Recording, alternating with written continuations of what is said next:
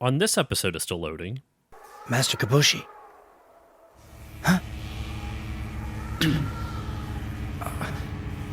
My pain, my suffering. Taste the torture that I endure!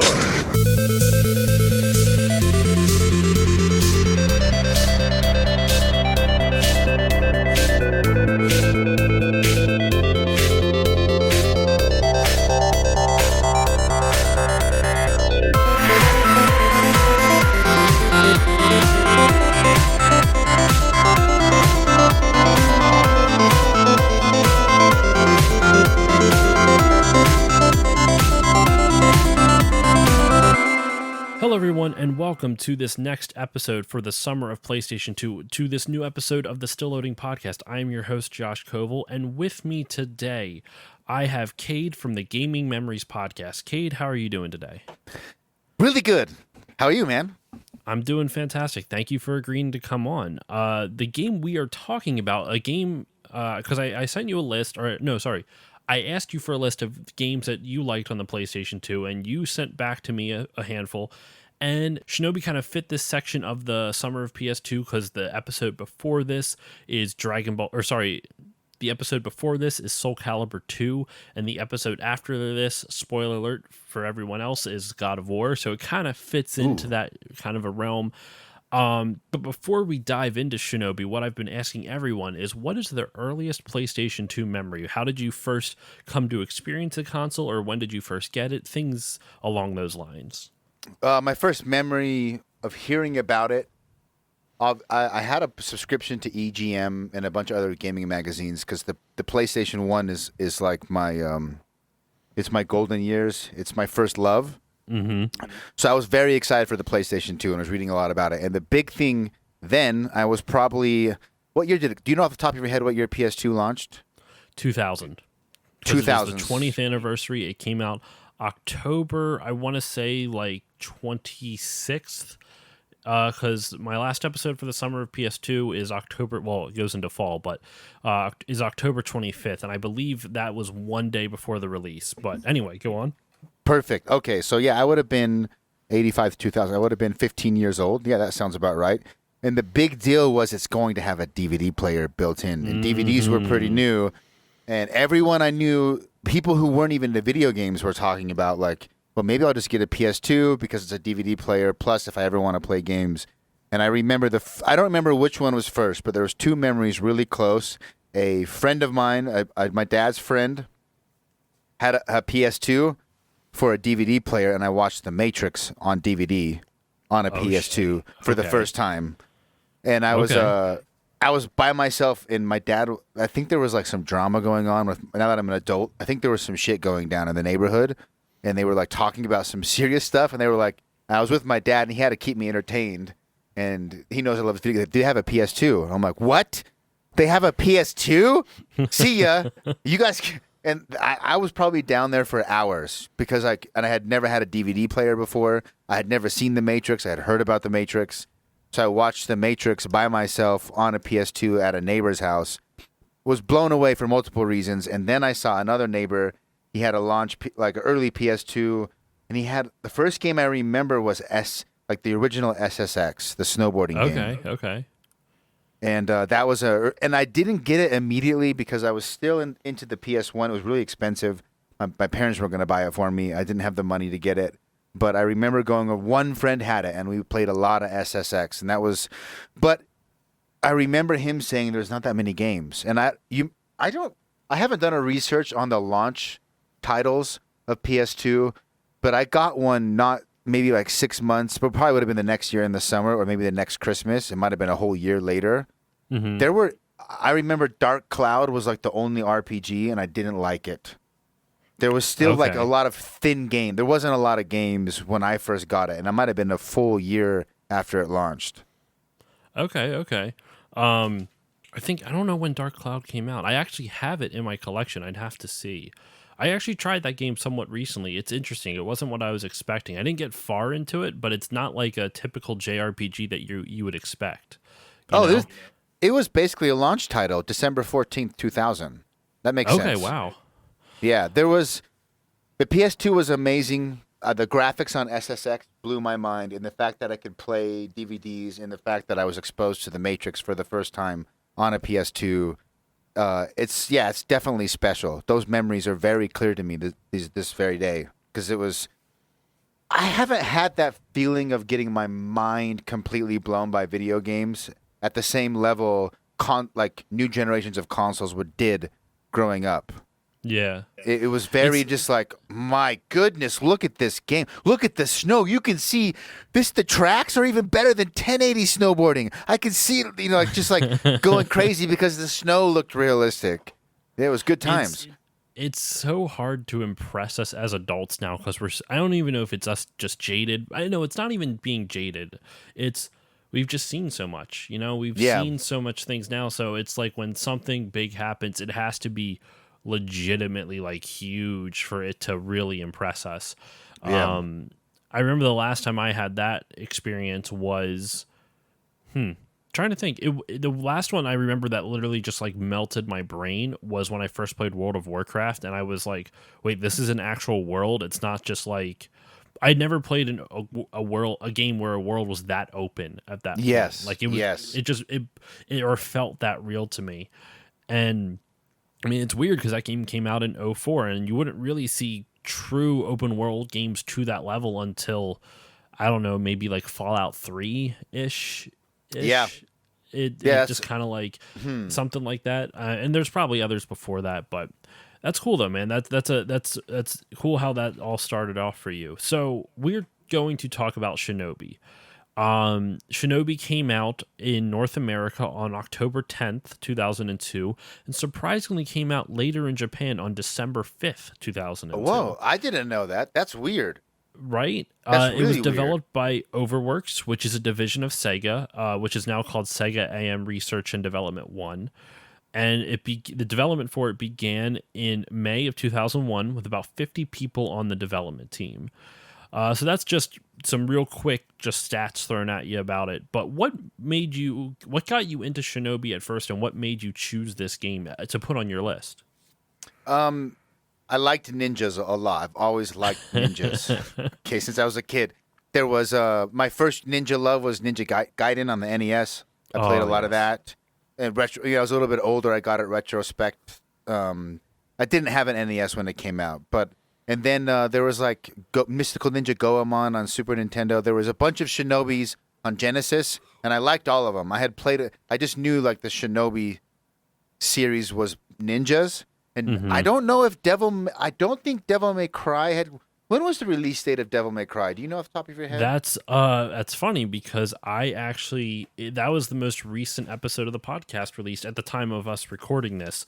Let me see. I have my notebook, which you might be able to hear me flipping through in the background. Let me see here. That's Metal Gear Solid notes. That's Wait, don't tell me. So my notes. memory That's Dragon Ball Z is Budokai notes. I had 2001.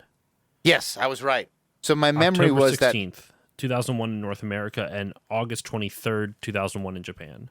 Okay, I was a little skeptical of my own memory, but I had remembered Devil May Cry coming out prior to Shinobi, and I liked Devil May Cry.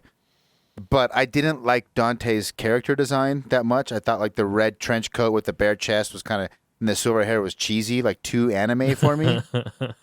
Which a lot of people would probably get mad at me, but it didn't. Oh my God, you have no idea. So literally that episode that just came out, earlier this week, I guess.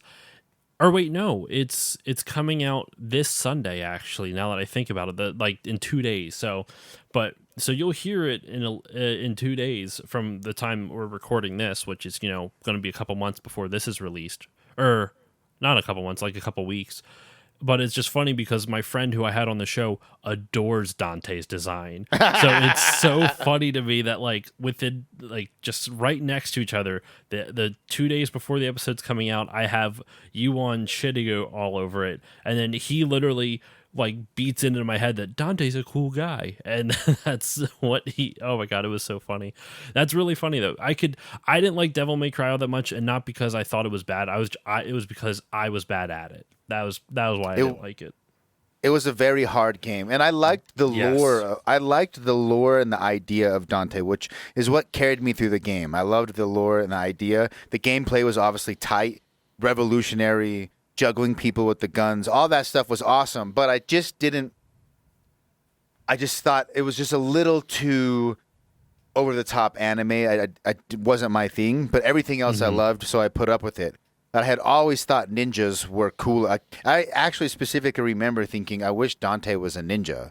It'd be cooler because he moves like a ninja. You know what I mean? If he felt like a ninja, but he looked like I don't know, like your typical asshole frat boy. I don't know. It just didn't work for me. And I was aware of Shinobi as the series because I played again on Genesis and stuff, but my favorite ninja of all time, and I was already way into him, was Strider, and he was okay. I don't think Marvel vs. Capcom 2 had come out yet, but I'm pretty sure Marvel vs. Capcom release date had come out already. Let's see if I'm right. Yeah, that came out in 98. So Marvel vs. Capcom, Strider's design, his sprite work, his animations was like my favorite ninja design of all time. I loved Strider because he was a mix of ninja and high tech. This all has context because when I saw a preview, or I actually just saw the box art for Shinobi at Blockbuster, I was like, wait, there's a new Shinobi? And he has like a high tech suit. We'll get into the aesthetic, but his design it's like he's almost got like a high tech sneaking suit on with kunai on his arms, and he has like a visor. And so immediately I'm like, oh shit, Shinobi went sci-fi. It went high-tech like Strider. And Strider was my favorite. I was just gushing over Strider all the time. I would play Strider all the time. Strider 2 on the PlayStation 1 is one of my favorite action games of all time. So I was primed. Okay. I was primed to be taken. Like, I just wanted more ninja shit. And so I saw Shinobi. I looked at the back. I'm like, oh my God, this is Devil May Cry, but ninjas! Everything I've ever wanted. I will say that I was slightly disappointed in the actual game overall, even as a kid, because it wasn't as dynamic. It's not as polished as Devil May Cry. It's not as good, but there are things I like about it better, and that's what caught my attention is a sci-fi ninja. You know, I knew Shinobi as a series, a new Shinobi game, sci-fi ninja. I was already in the Devil May Cry, another action game. I was ready. Real kind of tangential to that, but since you're so into ninjas, did you watch the Three Ninjas movies when you were a kid? Oh, did I? Did I?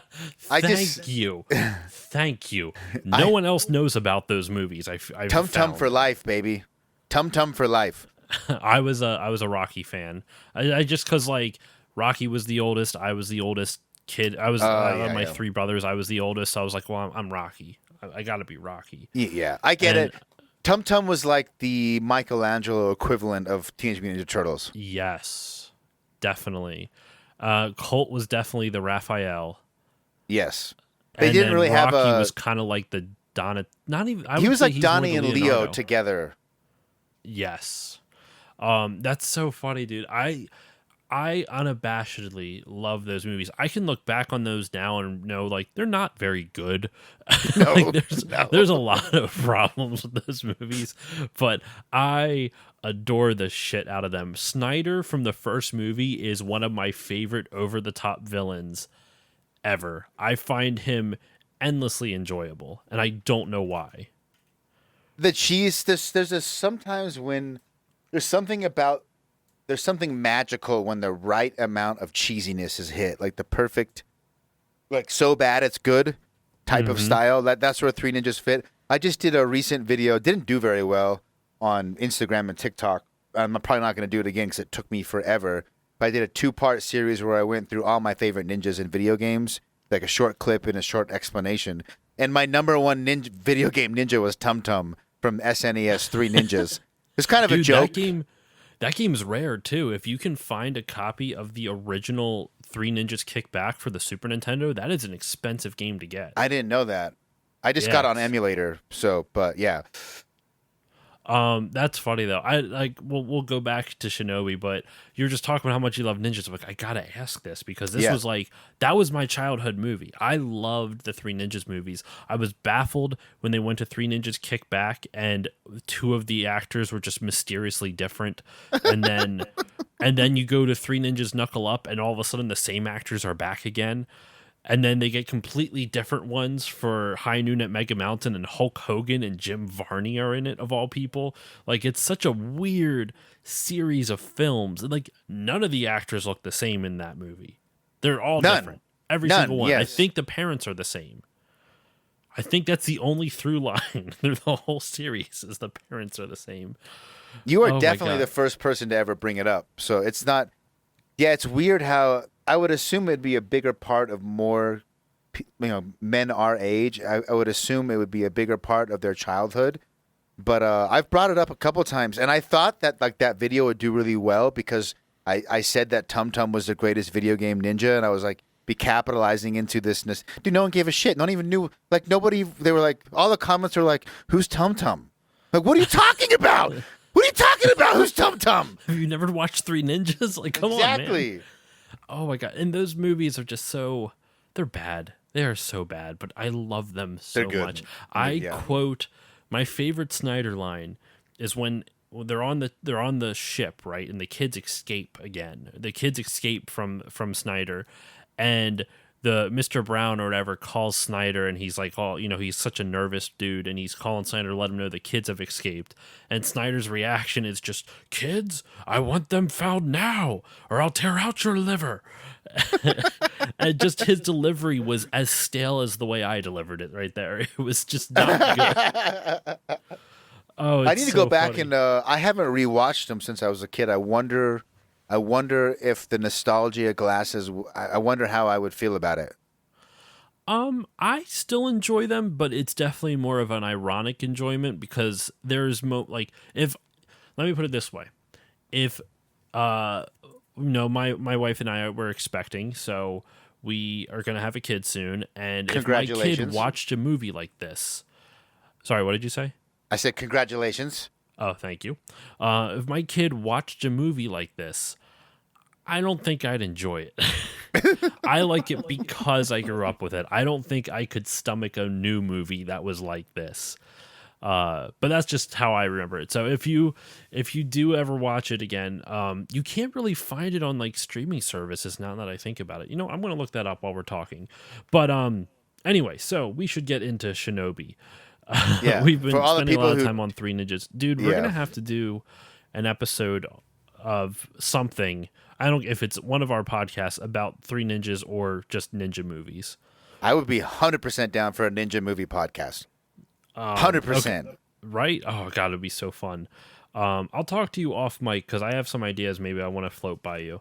But okay, so Shinobi, let's dive into it then. So the game is it's an action adventure, more of an action game, I would say, more than adventure. It's an action game, and what I thought was cool about it, just from the gameplay that I watched. Now, full disclosure, I did not play this game. I didn't get a chance to try out and see how the controls feel. I didn't get a chance to. I couldn't find a copy of it for the original hardware. I actually went to my local game store, masked up, hand sanitized up, went to the local game store, see if they had a copy of it, and they didn't. I was really bummed out by that. So that was kind of a bummer, but I did watch some videos of it, and the gameplay seems interesting because it seems like targeting based. Like you have to target individual enemies and then slash them, and you can kind of freeze their dying animation, and you can attack a bunch of enemies and up to a certain point, and then they all kind of die at the same time. Yes. Yes, that's Am I probably right my. with that?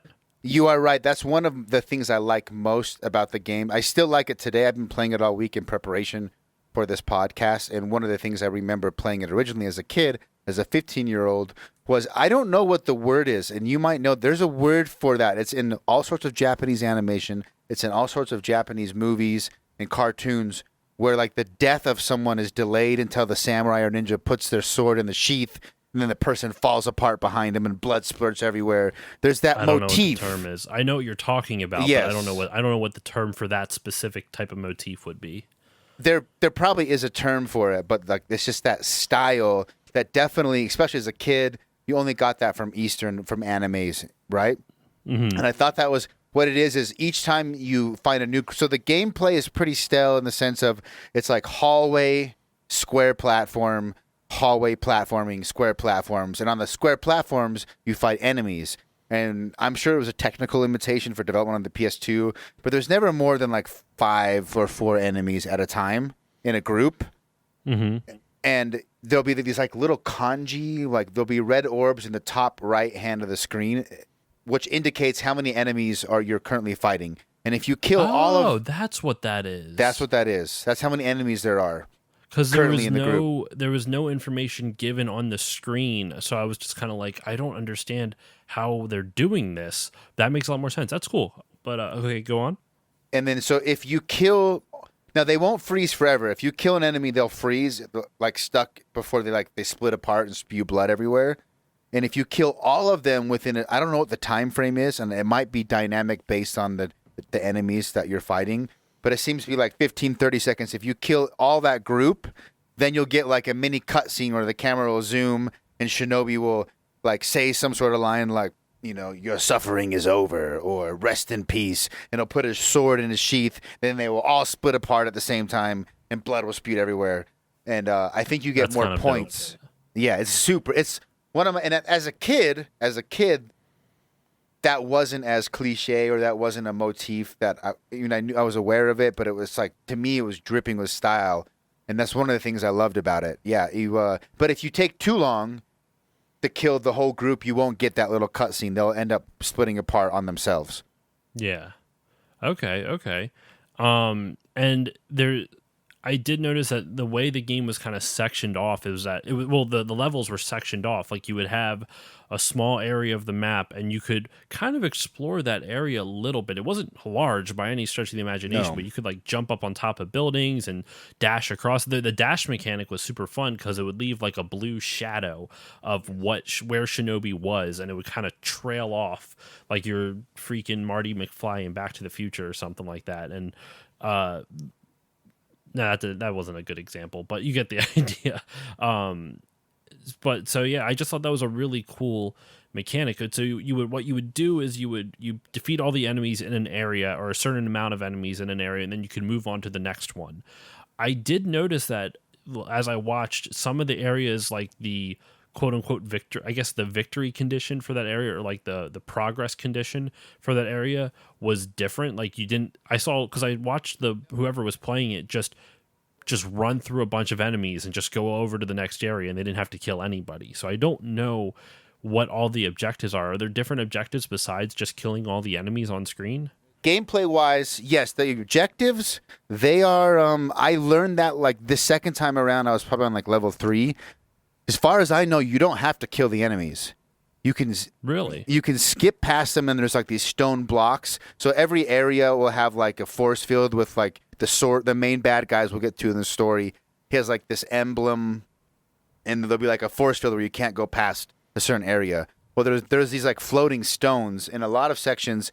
If you kill the stones, if you break the stones, the force field will drop, and you can skip the enemies. But that comes at the cost of, once you're like halfway through stage 2, like the demon sword awakens, and you have to keep killing enemies to keep it satiated, and if you don't satiate it, it will kill you.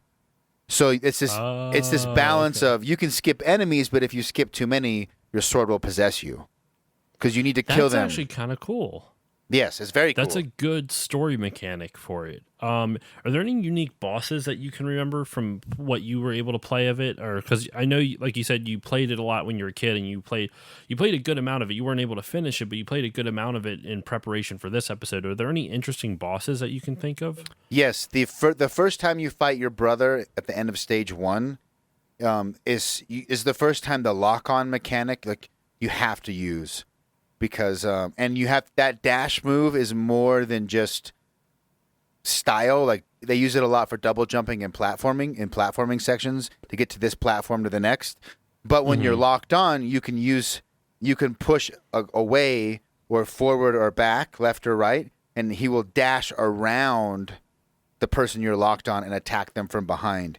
And that becomes basically all the boss fights. I beat it as a kid. I remember beating it as a kid, and I can vaguely remember the second half of the boss fights. I just played through the first half, few bosses. All of them so far, the ones that I played this week that I know for sure, is that becomes a core. Like the boss fights are a completely different style of gameplay.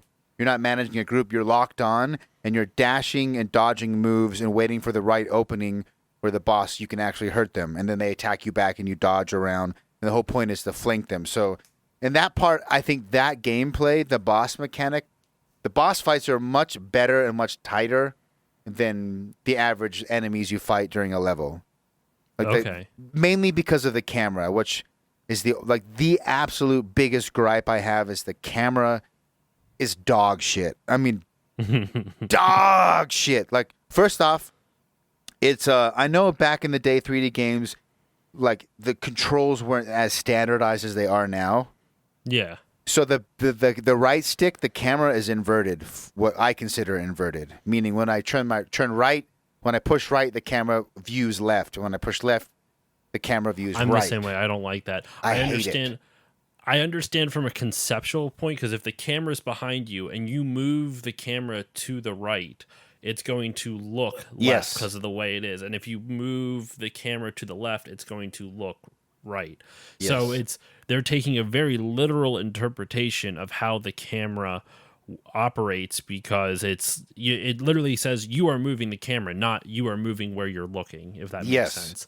And most modern games, like I've been playing Ghost of Tsushima a lot, and like most Another modern ninja game, well, kind of samurai. Yeah, samurai. There's ninja aspects to it, and just modern games in general, the default setting is inverted from that. So my muscle memory going back and playing that game this week, part of my hatred for the camera is that the right stick is inverted and there's no option to change it. They didn't have old games, especially old 3D games, because they were coming off controls that really didn't need to be modified all that much, to now you have these 3D worlds, and now all of a sudden, like, oh, maybe we should make this more accessible to more people, because there's a lot of stuff going on. Yes.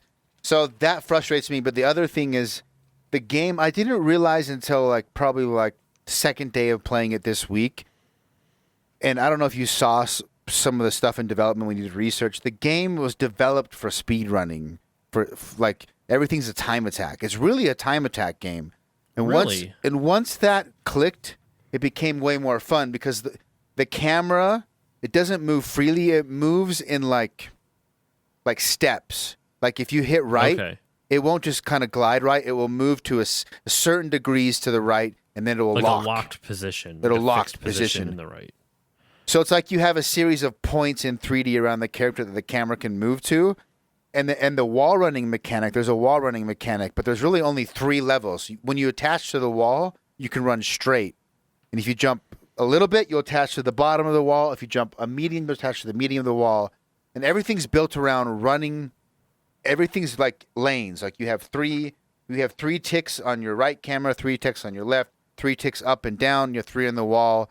And so really it's like you're trying to find the right path to kill everything and run through and go as fast as you can. And that's why the game feels so boxy. The whole entire game is boxes in straight hallways. And when I was a kid, I thought it was boring, because Devil May Cry had these awesome environments, an awesome castle. The castle and the lore was as much a part of the game as the actual action was. Whereas Shinobi is, once I didn't realize it as a kid, but now playing it this week, this is a time attack game, and that's why everything's so straight, because you're supposed to memorize these enemies, they're on the left lane on this platform, so I got to run in the middle lane, slash these two. Then I got a wall run here, but I got a wall run on the bottom lane because of this enemy. And once you figure that all out, you can fly through a level really fast. Because I kept beating levels without getting hurt, and I'd be like, rank D. I'm like, why is my rank so low? I didn't even die once. It's because of my time. My time took too long. Oh, okay. So the game wants you to figure out how to get through the level and be a ninja. And then I watched some speedrunning videos online, or some videos online. I'm like, oh, that's how it was designed to be played. It wasn't designed to play like Devil May Cry necessarily. That's really interesting. I didn't even think about it that way because the guy I was watching playing it, the person I was watching playing it, they sped through it. Like they were just burning through enemies so fast, and part of me was like, "Come on, no, take your time." Like I want to be able to kind of absorb more of this in and kind of get to understand what this game is like because I didn't have a chance. I didn't have the ability to play it, unfortunately. Um, but that makes a lot more sense why that person sped through it because like you said it's more of a time attack game. The faster you do it, the better rank you're going to get. Some quick notes, just some stuff that I looked up. The game was originally planned to be released for the Dreamcast, actually, before the Oh, Dreamcast died, which makes sense because it came out in 2002. The Dreamcast pretty much died in North America in late 2000, and game development cycles are generally, 2 to 3 years, yeah. especially back then, and even more so now. It was the first 3D game in the series. And as we've seen and as we've talked about, a lot of the game's game mechanics are based around sword combat. Well, the 2D Shinobi games are more shuriken based. You would throw your shuriken at enemies and you kind of attack from a distance. But since that's kind of difficult to do in 3D and make it fun, especially back then when they didn't have quite as refined uh, mechanical ideas, I guess, for lack of a better term. Like a lot of them were kind of what not Link to the Past, I'm sorry, Ocarina of Time did, where you'd have Z targeting to kind of do that. So that way you could This just, has that too, by the way. You have a yeah, camera reset button, which I think was their way. Like the camera is so unintuitive, and even if the right stick was inverted, it still controls really weird. But L1, like Zelda, if you press L1, it's camera reset, okay. and that's basically how I ended up this last week. I can't get the camera to feel good. I even messed with my emulator control settings and my dead zones trying to get it to like feel better, and I couldn't get it. But if you just use that camera reset like Zelda, just hit that Z button, the camera sinks behind the player, and I just got really good. You press the camera reset every 10 seconds, every 5 seconds, then it's playable at that point.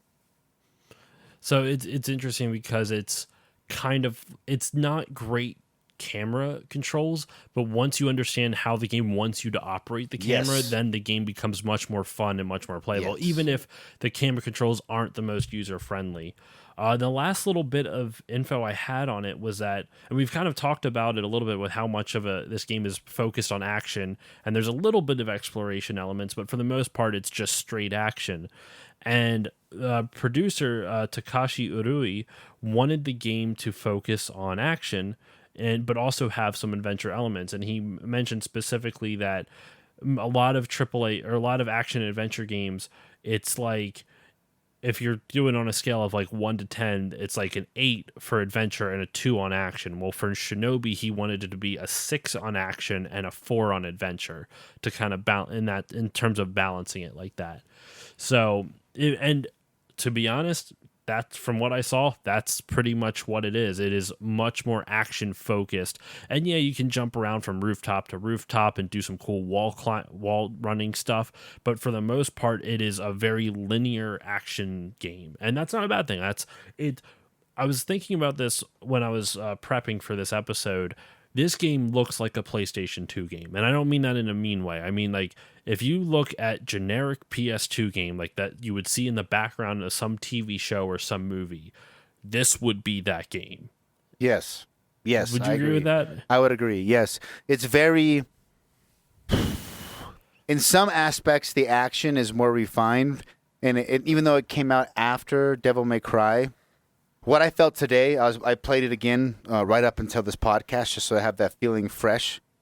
It yes, it's an aged game that once you learn how it was designed to be played, it's a little bit better, but it's a PS2 game not just in looks but in functionality. It feels like a PS2 game, and you don't realize how how far we've come with controls and cameras and feelings and action and like assisted targeting and stickiness and, melee combat. How melee combat feels like if it is a PS2 game through and through, like not just aesthetically but mechanically, technically, it is a PS2 game. Yeah. And I kind of love that about it though, because it's so there's different there's different timelines of nostalgia, and your whole podcast is all about gaming nostalgia, everyone going through their memories and just kind of reminiscing about it. And when I looked at this game, it just made me so happy to look at, because it reminded me, even though I didn't play this as a kid, it looked like the PlayStation 2 in all the best ways. I know it's dated in the best ways too, in a weird way, just because it's I was thinking about this. I feel like every console generation has a genre of games that really define it and really kind of go for it. And I would say like PlayStation 2 for the beginning, it was 3D platformers, but I would say what really defined it was the action adventure genre, because you had, Devil May Cry, you had this, you had God of War, you had, even like the Jack and Daxter games, those are platformers, but they're kind of action adventure at the same time. Ratchet and Clank is an action platformer. It was more of an action game genre. Yes. And those were the most popular ones on the consoles, and there were still some popular shooters. But for the most part, like Call of Duty wasn't big on the PS2. You had the first Killzone, and that was a late entry into the console's life cycle. And I'm not saying, all the games obviously were that. There's, plenty of popular games that were not in this action genre. But, there's just so many games on it. On it that are kind of like this, I don't know, in my mind that defines the PS2. As we get to PS3 and 360, it was the first person shooter. That was the console those were the consoles that Call of Duty reigned supreme on, and you had people trying to copy Call of Duty. And then I would say this most recent generation is the open world RPG, Horizon Zero Dawn, to an extent Legend of Zelda Breath of the Wild, even though that was on the Switch, but Horizon Zero Dawn, Ghost of Tsushima just came out. And then also, I'm trying to think, I'm looking at my PS4 library right now, and I'm trying to think of some others. Well, even Halo Infinite's going open world. Open world's in right now. Yeah. And that was like the big thing. That was what because Sony won this past console war by a long shot. So a lot of their most popular games were these big open world RPGs, and Assassin's Creed, what that turned into. It was already kind of open world, but it kind of went more open world. And, Red Dead Redemption, just open world in general, whether it's an open world RPG or open world sim or something like that. But we're kind of off track. That's more of a, I don't know, that's just a theory I've been working on lately. I don't know if that's actually very sound. I'd have to actually do some research to be like, well, what were the most popular games for this generation and this generation? My gut tells me, I think you're maybe like, if you looked at like a database list of every game released on the PS2 and genre, maybe action adventure wouldn't be like, there wouldn't be a higher percentage of raw games released in that genre because the PS2 has so many games. But my guess is you're right when you look at the top like 500 or top 300, 200 best-selling games on the PS2 would be those action games. Most of them would be the action, because like the top selling ones are not action games. Gran Turismo like destroys so many numbers. It's wild. Let me actually look this up now that I'm curious about it. I don't want to go too far into it because it would be top selling games. I want to use that for my PS2 retrospective to end the summer of PS2. But the list of best-selling PS2 games, actually, Grand Theft Auto San Andreas was the number one selling, 17.33 million copies. That is insane. Yeah, even at number 7, Metal Gear Solid 2: Sons of Liberty, that's stealth, but that's still an action, stealth action. There we go. Grand Theft Auto action adventure. God of War is 14. God of War 2 is 16. Jack and Daxter. Wow, an iToy is on here. Ratchet and Clank is 21. I don't know. For some reason in my head, that's what I see it as. I don't think it's that's how I characterize it. I don't think that's necessarily 100% accurate, but for some reason in my head, when I think of the PlayStation 2, like what really screams PlayStation 2 to me is action adventure games. I could see that. It's I thought you were 100% right because I have that same feeling, but now I'm reading the top selling games. It doesn't seem to be, but it might just have been like maybe in the top 20. There's a lot of other games, but we were into gaming, so maybe what got through to us. Because as I'm scrolling down past like 75 to 100, I'm seeing a ton of action games. So I think maybe the density of like moderately like all the Onimushas are on here, Resident Evils are on here. That's like survival horror, but it's action. Ghost Recon. Yeah, I think, man, I don't know. This might be a good episode topic for the future. Like have a panel of people on and do what genre won that console generation. What was the genre that you think was the most popular of that generation? Or at least what you experienced. So you could also poll all games and sort by genre and see what genre just had the most games created for it. And then you could also weight that or filter that by like top 100, 200, 300 selling games and like what genre actually sold the most. I think looking at this list, depending on how you define action, because you have Dynasty Wars, Lord of the Rings, Lego, Devil May Cry 3, 2, 1, SOCOM, Spider-Man. I wonder if you took this Wikipedia list and then combined the total copies sold for all games that you would consider action, compare that towards racing, maybe combined that would be more than the juggernaut of Gran Turismo. And maybe that's why you have this sense of action games dominated the PS2. I think it's also because I wasn't allowed to play Grand Theft Auto, though. I was allowed to play. I was allowed to play Gran Turismo, but I wasn't allowed to play Grand Theft Auto. So I feel like that's probably very much coloring my view of the PlayStation 2. I don't even know how we got on that, but I was talking about how Shinobi just looks like a PlayStation 2 game in all the best sensibilities. Let's kind of dive into the story for it, though. The story is pretty simplistic, but not actually in a bad way. A lot of times when I think of a simplistic story, I think of just like Mario, someone gets captured. Well, Princess Peach gets captured. Mario goes to rescue her. And in this, the story is a little bit more in depth, but it's still pretty simple overall. You play as... Yeah, good luck with these names. Yeah, I know, right? You play as a character named Hatsuma, and he is the Shinobi. He is Shinobi. And I guess before we talk about the story, let's just talk about his design, because I think he looks badass still. I still think he looks cool. 100%. I mean, that's what I said stuck out to me when I saw Shinobi at Blockbuster and looked at the back. I mean, remember back in the day, there was no YouTube. You had to look at the back of the cover. He had a couple screenshots, and I just remember staring at that cover and being like, he is gangster as shit. I love everything about him. He looks awesome because, again, he's a mix of like high tech and ninja. It's like a little bit of sci-fi, like 3 out of 10 sci-fi, 7 out of 10 ninja. Yes, I would agree with that. Yeah, he's got those cool, like, it almost looks like he has 3 eyes because he's got that like weird metal bandana type of thing that has like 2 eyes on it, and then it's his actual eyes underneath it.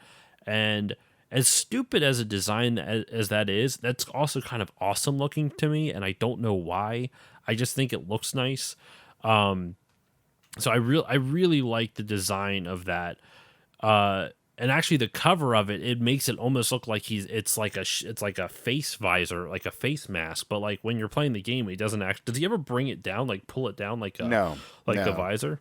No, he doesn't. So the cover of the game looks fucking dope as shit, but like in the game, he doesn't actually use those to look through. It's just up on his forehead, which I thought, or like kind of covering his eyebrows almost. Yes. Like it's like basically his eyebrows. Height. Yeah, I was gonna say he has like it's like the material on his suit.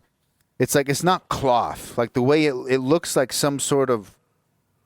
It reminds me of Snake's sneaking suit in Metal Gear Solid 1 or 2, really. Yeah. It has like this kind of like carbon fiber flexible, almost like maybe light body armor. And then he has the back piece, the chest and back piece that's like heavier armored.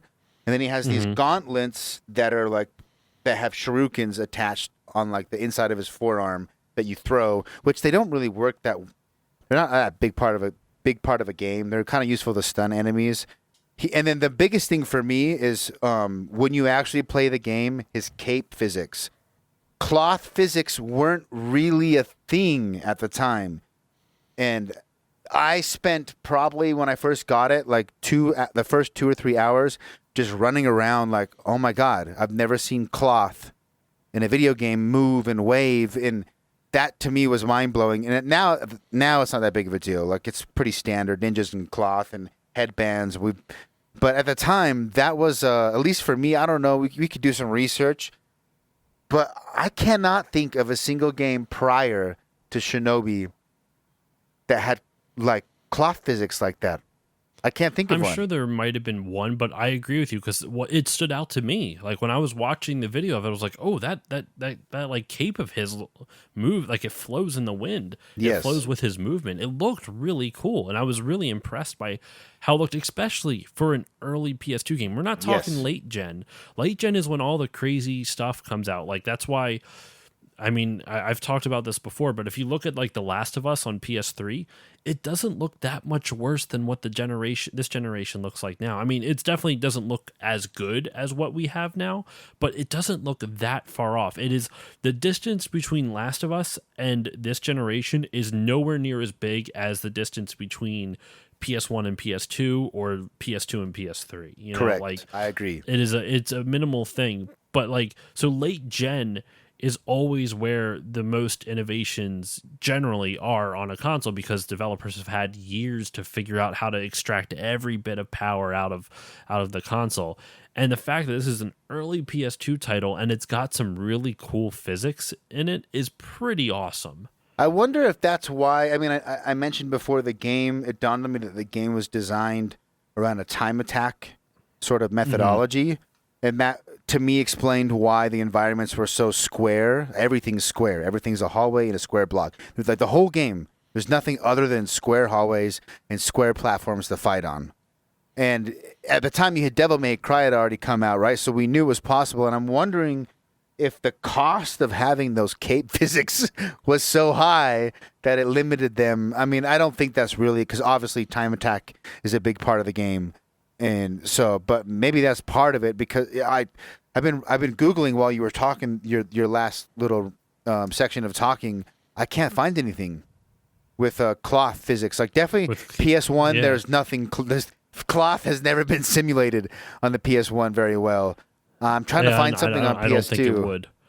It's usually like very stiff, like it's non-moving. It's like this looks like a bandana, but it's just kind of sticks straight out, like it just got spiked into their neck or something. I found a Reddit thread. I found a Reddit thread on a game development forum. Someone asking how did they pull off cloth physics in Shinobi on PS2? Oh, so we are not the first ones to bring this up. How much is there? Like, how much would it take to sift through that? Like, if it's a little, if you want to read through it, I was going to just kind of go through the story real quick. If you want to read through it, and then go through the story, and I'll see if I can find something of interest. And I'll try to surmise it down as much as I can. But pretty much, you play as a character named Hatsuma. And in the beginning of the game, you see Hatsuma fighting what you find out later is his brother, Moritsune, to the death. And you don't really know why, but until at the end, you see that Hatsuma has to kill his brother, and his brother kind of takes it complacently. And you kind of find out that the reason is that they are part of this clan of ninjas called the Oboro clan.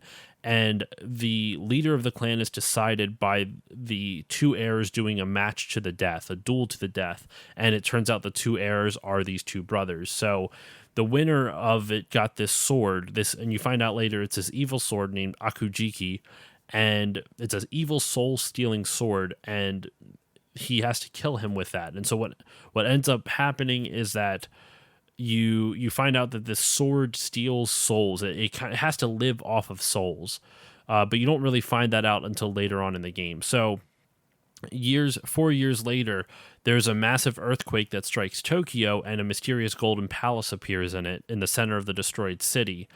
And a bunch of zombies of the Oboro clan start showing up out of nowhere, and you find out the villain of the game, which is He's got like Haka. His name starts with the H, isn't it? Hiruko. Yeah, Yeah. The villain of the game, Hiruko, is the one who did all this. He killed pretty much everyone in the Oboro clan except for Hatsuma, and Hatsuma has to fight through waves of people who used to be part of his clan, ninjas who used to be part of his clan, to get to Hiruko. And along the way, he meets someone who used to be part of his clan, Ageha. Ageha? I don't know if I'm butchering these names. This is awful, so I apologize in advance. And you pretty much have to fight your way through, and you find out through this adventure trying to get to Hiruko, to kill Hiruko, to rid the world of this evil, is that the sword, that Akujiki, that you were given by killing your brother, the reason why you had to kill your brother in the first place is that the soul of the Oboro clan, that the clan member that you had to kill, it sated the sword's bloodlust, its soul lust. And at some point in the story, the sword gets awakened, so you have to kill enemies, like you mentioned before, in order to continue to satiate it, so that way it wouldn't eat you. And so you fight through it, and you find out that this was all kind of part of his plan. There was basically what Hiruko's plan was to have you come awaken this other evil creature named Yatsura, not Yatsurao. I apologize, Yatsurao, and awaken that so you could kill it, and then he would kill you and gain the power of the sword. Yes. Yes. You end up killing him, but because you're so pissed off about everything, you want to kill him and destroy the sword, because the sword has caused nothing but trouble for everyone, which I think was a cool story choice. Like the sword, you like a lot of times you would like the hero might try to keep the sword, but it seems like he like willingly kills himself at the end of the game, because the golden palace collapses at the end of the game on top of you. And I guess in the hopes that you're burying the sword forever. Yes. I don't really know. I didn't get to watch the end cutscene. And that's, I mean, I paraphrase that. There are some specifics that I left out, so it's definitely worth going to check out, because there's some other cool story elements that I didn't mention. But that I paraphrased that to hell and back. Surprisingly, even with a lot of ums and ahs and kind of some circling and some circle logic trying to explain all that, I'm actually pretty happy with how I did with that, because I'm normally not too great with it without having to read off a script. I liked the concept. Even as a kid, I remember vaguely some of the things I felt about the story, and then playing through most of the game this last week. The idea of you have this demonic sword that's kind of the real enemy, like the real bad guy. I mean, Haku, whatever his name is, I can't pronounce the Japanese names, but the sorcerer, that's the bad guy, the end boss. He's like the mastermind behind it, but the only reason he even has this whole masterminded plan in the first place is because the sword exists, right? You have this sword that eats the souls of people. That's almost the real antagonist. And like we mentioned before, right. The whole thing revolves around the sword, and you being manipulated to kill a bunch of demons to fill that sword full of souls, so the end boss can take. So you do the work of powering up this sword for somebody else, and then his plan, the end boss's plan, the sorcerer's plan, is to get you to do all the work to power up this sword, and then he's just going to take it from you, and then use the sword for himself. And at the end, that's the vibe I got. I have one vague memory of beating it, being confused, thinking the same thing. Did he Did he die in the collapse? I mean, I don't know if I don't think there's really been. Has there been any other games in the Shinobi series since then? I'm going to look. I have it open right now. After the 2002 game, there was a sequel to the game called Nightshade, which was based around one of the characters in it. And then there is Shinobi 3D for the 3DS, which looks like it's just I can't tell if it's just a re-release or if it's... No, it's a completely different game, but it's Shinobi 3D for the 3DS, which I Have not played. The reception was mixed to positive reviews. Like the aggregate score, according to Wikipedia on Metacritic, is a very nice 69. So it's got some mixed reviews overall about it, but it seems like after this game there really wasn't much to it. And Nightshade, let's see if it has anything. It's the exploits of a female ninja named Hibana, and it's a sequel to the 2002 game Shinobi. And does it? I don't know if it really has anything. The story that it says on Wikipedia is that in Nightshade, the player plays as Hibana, a female counterpart to Shinobi's Hatsuma. She is a government-employed ninja tasked... A government-employed ninja. That's a sentence I never thought I would ever read. She is a government-employed ninja... she is a homo, for fuck's sake. She is a government employed ninja tasked with the elimination of members of the Nakatomi Corporation. Holy shit, Die Hard's involved with this. The Nakatomi Corporation, which has unwittingly unleashed Hellspawn upon futuristic Tokyo. She is also ordered to recover the shards of Akujiki, the legendary curse sword that Hatsuma used to seal the Hellspawn the last time. There we go. There we go. There it is. There it is. That makes sense. I remember seeing Nightshade at Blockbuster or whatever the other Hollywood Video, but I never played it. Mainly because as a kid, I was ultimately disappointed by Shinobi because it wasn't as cool as Devil May Cry. Even though I liked Shinobi as a character, I liked ninjas more. I never played Nightshade, but that makes more sense. She's recovering the pieces of the sword to put it back. Maybe it got broken into pieces during the collapse of the Golden Palace or whatever. Yeah. That I could see that. I mean that and actually the cover is pretty cool. I think the name Nightshade's awesome as well. I think that's a cool name for a game. And just I don't know, it just maybe it's not as cool now, but I still think that sounds cool. The cover isn't quite as cool as the Shinobi cover, Shinobi one, but like looking at it, it looks like every 2000s movie poster. It's got like this big prominent figure up at the front, and then it's got someone kind of faded in the background looking off in the distance. It's it's very 2000s in a good way too.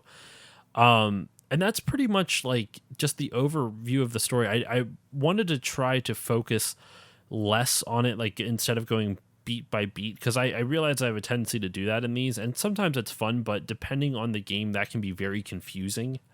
So it can be hard to surmise it really well. So I'm going to try to, going forward, I mean, a bunch of these have already been recorded. So in fact, after this episode comes out, I already have 4 more episodes already pre-recorded. So who knows how well I do it later on. But in any case, I actually think the story in this is kind of cool. Like you were saying, how the whole purpose is that the sword is pretty much the antagonist that you don't really know about until the very end of the game. I think it's a really fun story design. Even the sword itself is a character, and they didn't have to do... one of the things I hate is when, like, an inanimate object... They use an inanimate object as a villain, and it talks to you in like a demonic voice, like the sword is talking to you, or something's talking to you. And I don't mind that, but it's so cheesy, and it doesn't always work that well. So I like the fact that it doesn't seem like the sword really talks to you at all throughout the game. You just it just gives off like an evil vibe the entire time. Which I think is a good way to do it. It just does what it does. Like, it doesn't need to talk to you. It's just, hey, if you don't satiate me, I'm going to eat your soul. So deal with that. Just deal with it. In terms of visuals, we talked about Shinobi's visuals. I like the visuals of this overall. I thought the game looks really good for an early PS2 game. I thought the animation, specifically the cinematic animations, were super fun and super, like, just that it was smooth. It looked nice. And you were playing on an emulator which up-resed everything and made everything look super fancy. But even on this video that I was watching, it looked pretty good still. Yeah, on I love one of my favorite things is to play old games on emulators with in modern resolutions with modern anti-aliasing, and sometimes depending on the game and depending on the emulator, you can have hacks that improve lighting and stuff, and it really brings out the assets. And the game, it still looks. I mean, it looks awesome. Even now, like it's. I mean, yes, I was playing on emulator in a modern resolution, but it still holds up. Aesthetics, I think some of the enemy designs overall are not that inspiring, but Shinobi himself is so cool. It's something I think Ghost of Tsushima, which is kind of similar. You're playing what should I let me rephrase this? If you're playing a third-person action game, you need to never get sick of looking at your character because you're going to be. They have to be so cool that they're cool for 30 hours. And I think Shinobi does that. I think in that sense the game is successful. You're 100% right. There is something to be said, and not even just for character design, but even games like or even like old, just think about like old 2D games where the soundtracks were so limited. If you were playing like a Mega Man level, the song that you're playing over and over and over again as you're dying a bunch of times trying to beat a level can't bother you to the point where that song would make you want to quit. I mean, don't get me wrong, you might still get frustrated hearing it, but it's not like it's a bad song.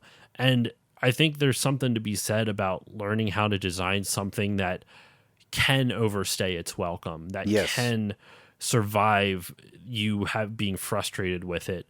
And there's a reason why first-person shooters in general are shorter games, because the gameplay mechanics are more restrictive than others, because you can only do so much in a first-person shooter without adding extra abilities into it. If you're just talking a straight military first-person shooter, campaigns are only like 5 hours, because how many different ways can you shoot a person? You know what I mean? Like there's not that much, there's not that much to take from that. But like, and that's why you see now first person shooters that kind of innovate with that. That's why you get games like BioShock, or you get games like, I'm trying to think of another good example that does stuff like that. The Fear games, where they add a horror element into it. Yes. It's a shooter, but there's like horror elements into it and stuff like that. It's interesting. And you're right. I think Shinobi's design is really fun. I think the world just looks nice. It's very simple, but since the levels are so short and bite-sized, they don't really overstay their welcome. They know just the right amount to place in front of you. I like it. I like it a lot. The only thing that I would say that I don't like is you realize that the level... I mean, I guess you could say this is true for any game, but the levels are just texture swaps, right? Because I mentioned it's hallways in blocks. So the first level is you have city streets. The second level is you're on rooftops. The third level is you're in like a Japanese type garden. You're like a Boro clan's homeland, and it's all the same thing. It's the same rooms. It's the same square platforms. They're just swapping out textures. Now it's gardens and trees. That as a kid, I remember. Like I've already said it a few times. After I beat it as a kid, made me feel like the game was inferior to Devil May Cry, because Devil May Cry had, in my opinion, just as cool action and just a cool story, but better environments. Like the castle had all these secrets in it, and I don't know if that you brought it. I didn't know it was originally a Dreamcast game, which also makes a little bit more sense, because as you were talking, I read this game dev thread on the Scarf. This is either using a fake camera particle system or an actual model. Otherwise, the Scarf looks way too smooth for the PS2 era, which might explain why the environment, the environments are very empty, since the Scarf wouldn't be playing with Havoc's physics performance, because Havoc was really the only physics engine in use during the PS2 time. So maybe that combined with it originally was a Dreamcast game, which they would have had even more hardware limitations, because I believe the PS2 had a slight edge over the Dreamcast in terms of power. Yeah, it did. It was more powerful than the Dreamcast, which, once again, I feel like that's Sega's like console legacy, is after the Genesis, all of their consoles were too advanced for the time they came out, and so because they were too advanced, the prices were up, and there's a whole number of things. There's a whole litany of reasons why Sega got out of the console game, and the Dreamcast just sucks because it was such a great console. Such a great console. And it just came out at the wrong time. And it wasn't even like it was a bad price point. It came out a couple months before the juggernaut of the PlayStation 2, and nothing was stopping that. I believe it was you that turned me on to Retronauts. Yes. So their episode on the Sega Saturn was the shit. That is one of the coolest podcasts I've ever listened to. And similar to what you were saying, it was actually the PS1 episode, and they ended up talking about the Sega Saturn because Sega was like, okay, this PlayStation thing is happening, these 3D graphics. But the Kaz Hirai, whatever the guy that had been championing the PlayStation and pushing Sony, and that's its own podcast episode. He had spent years trying to make this work after the failed partnership with Nintendo. Sega was playing catch up, and they needed to create a console. According to Retronauts, they needed to play catch up and create something as powerful as the PS1, but they only had like 9 or 11 months. The engineers had like 11 months to design it, and they did it. But it was kind of like a pod racer, like Anakin, like putting shit parts together. Yeah, the way they explained it is they had like different CPUs and different coolers, which made the Sega Saturn way more expensive to produce at a mass scale. And so they couldn't compete, like you said, on price point.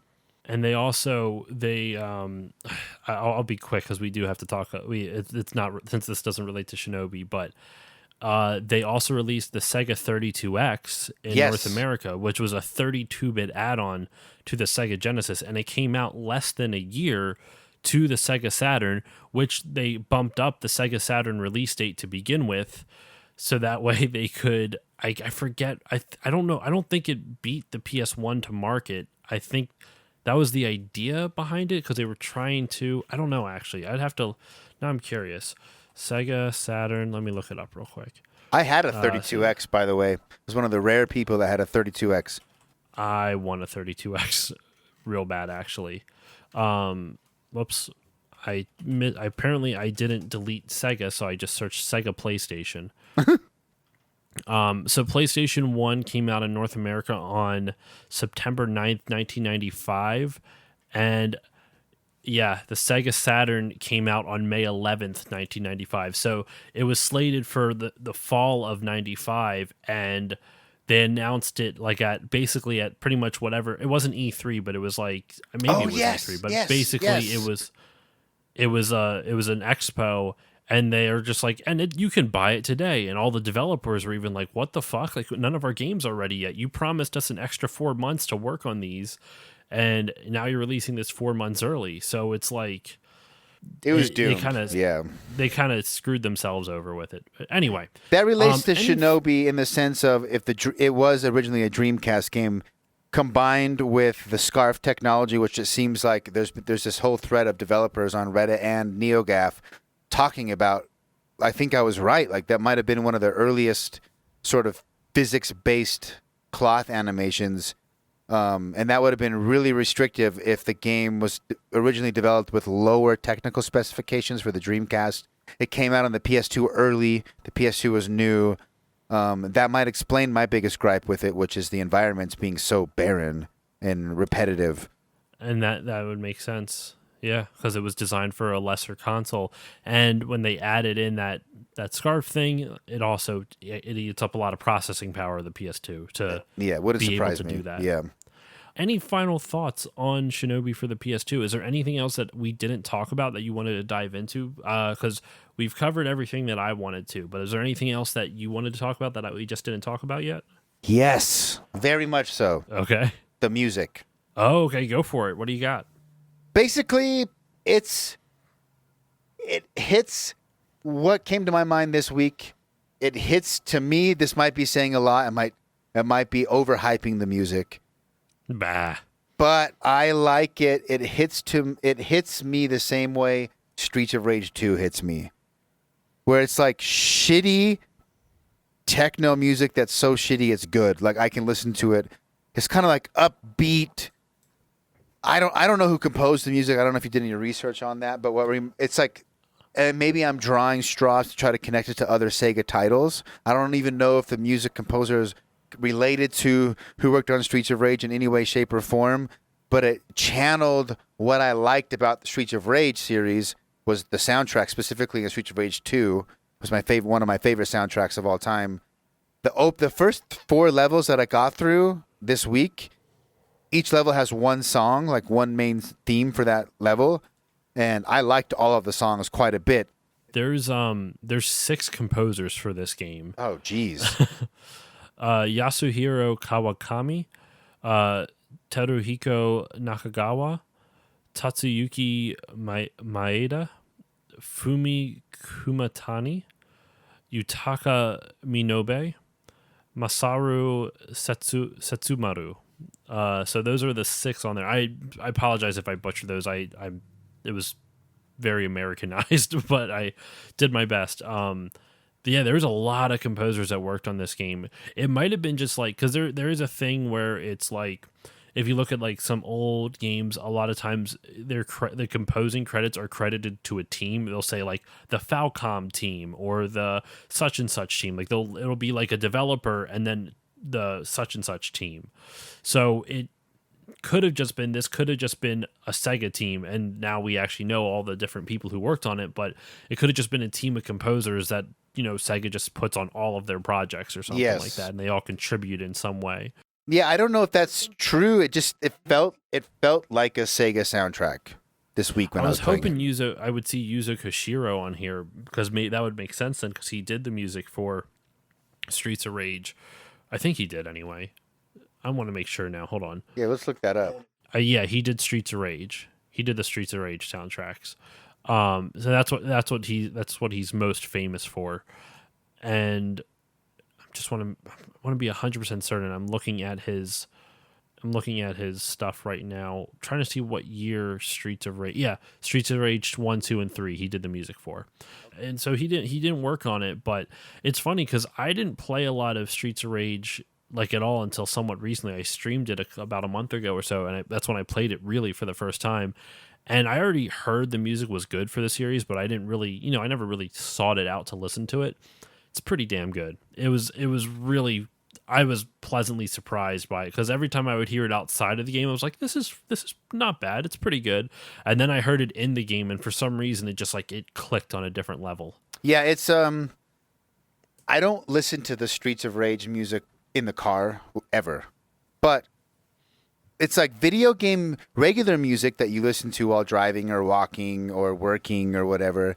There's a different goal for that music versus video game music. Video game music's in the background. It's supposed to give you a vibe and kind of maybe flesh out the world and the environment, but it's also, like you mentioned before, it's made to be listened to over and over and over and over and over again, because you're going to play that same. It's attached to a level. There's something about when hearing that music actually while playing the game. That's where the magic comes from. Mm-hmm. Just pulling up the Streets of Rage soundtrack outside of nostalgia feelings on Spotify, it's not going to be my first choice. But for some reason, and that's how I feel about the Shinobi soundtrack. I would never listen to those songs outside of playing Shinobi. But for some reason, while playing the game, I was like, damn, this song slaps. Like, it fits. Like, it works. There's something about old game music like that. I mean, not all of it's great, but, it's definitely, I don't know. I like it. There's just something about it, and certain songs are timeless that I could listen to outside of the game they're intended for, but a lot of it is very much built around the experience of the game. But anyway, anything else to talk about with Shinobi before we do our wrap up? I would say if you like action games and you like ninjas, it's still worth playing. It's not great, but if you can snag a copy of it, if you have an emulator and you want to try it, I certainly overall, in prepping for this podcast, had fun playing the game. It's still fun. That sounds like an endorsement to me, especially because you were pretty fair with your with your criticisms of it. So the fact that you still had fun despite the limitations and the issues that you called out before, I actually want to find a copy of it. One, just because I like how it looks. I think this game looks cool. Yes, I think it really does. It still has style. That like just aesthetically and the way it looks and I mean the feeling gameplay is actually pretty not the best, but yeah, it's got style, man. Maybe I'm a sucker for aesthetics. Like they still go a long way for me, even though some people would argue it's surface deep and I do think gameplay is more important overall. But what we were mentioning before earlier, like if you don't love the character, it's like there's like say Horizon, for example. Horizon is a great open world game. I didn't love Aloy's character design, and I almost didn't beat that game because I just kind of got over playing as her. Like after 15, 20 hours, I was like, I'd rather be a cyborg ninja. Like I wish. See, I didn't have that. I thought Aloy was awesome. I loved that character. I liked her hair. But her badass red braids were dope. I also just like that. I think the only part of that game that I didn't like in terms of character design was young Aloy. I thought she looked like an alien. It's true. She looked weird. She looked so creepy to me. And then once she became an adult, then I'm like, okay, this looks like a human again. Like it was just so weird. Because none of the other kids looked like aliens. It was just her. I don't know what was up with that. I think it was just like the hair looked like it was a wig. I don't know. I love that game though. That is one of my favorite games. But that's interesting that you got tired of like of her character, of her design, because I thought I like all the different the armors help types of armor she would get. I just thought it was just badass. Yeah, the armors definitely help. And the reason I brought that up is Shinobi, at least playing it in modern times this last week, after experiencing all sorts of modern games, was sort of an inverse of that. The gameplay is tolerable at best, especially the controls and the camera. But I still think the aesthetics and the look are so cool that I find the game. I still like. I'm probably gonna go back and beat it, even though we've already recorded the podcast. Like I'm far enough through it, I'm enjoying it enough. I might as well just go beat it. Maybe get some more clips for videos or whatever. It's good enough that I'm planning on beating it, even after the podcast is over. There you go. That's a ringing endorsement if I've ever heard one. So that wraps it up for this episode of Still Loading. Kade, thank you for joining me on this episode. This was really fun. Yeah, thank you. Anytime, man. Anytime. Where can the good people find you online? You have your podcast, the Gaming Memories podcast. But where do you want people to find you or your podcast online? Gaming-memories.com is the website URL. You can find links to all the socials from there. It's generally Gaming Memories Pod, POD, on any social platform. There's a lot of other gaming memories. I didn't think about that when I made the name. And on YouTube, if you find it's really hard to find me on YouTube. I get comments every day like, I can't find you on YouTube. I don't know what the secret is. You're going to have to go to my website and click the YouTube link, because when you search Gaming Memories Pod or podcast, it does not come up on YouTube. I don't know why. But everywhere else, if you type in Gaming Memories Pod, it's going to show up on Instagram, Twitter, TikTok, etc. All right. And then as usual, you can follow me on Facebook, Twitter, and Instagram at Still Loading Podcast on all of them. If you want to reach out to me, you can contact me, stillloadingcontact@gmail.com. You can support the show in a couple of ways. The easiest way would be to give a rating and review on Apple Podcasts or whichever podcasting app you use. That helps get the show out. It helps people find the show. If you want to support monetarily, you can check out my Patreon, patreon.com/stillloadingpod. Even just $1 a month will help grow the show. Check out the Podbeard Network, the network I'm a part of. You can go to podbeardnetwork.com and check out all the great shows on there. And finally, the most important shout out / plug is the Bit by Bit Foundation. The Bit by Bit Foundation is a nonprofit organization whose mission is to put video games and video game consoles in the hands of children receiving inpatient care at hospitals. If you want to check it out, go to bitbybitfoundation.org and consider donating. And with all of that said, that is all I have for you this week. Kade, thank you once again for joining me. No problem. It was a blast. And I will see you all next time. Bye-bye.